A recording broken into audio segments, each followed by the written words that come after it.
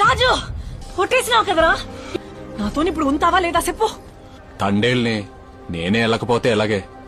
నువ్వు ఇప్పుడు వెళ్ళిపోతున్నావంతే ఏటికెళ్తున్నట్టు కాదు, నా నుండి పూర్తిగా వెళ్ళిపోతున్నట్టు.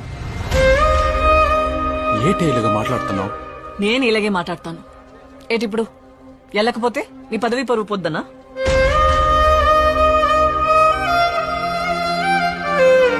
నాకివన్నీ అనవసరం.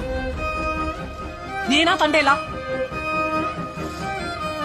ఈ ప్రపంచంలో నీకంటే ఎక్కువ నాకు ఇంకేటి లేదే.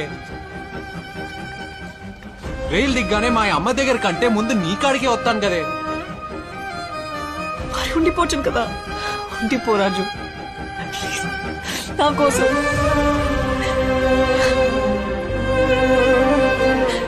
రాజు నా మీద ఒట్టు, ఆఖరిసారి అడుగుతాను, ఉండిపోతావా?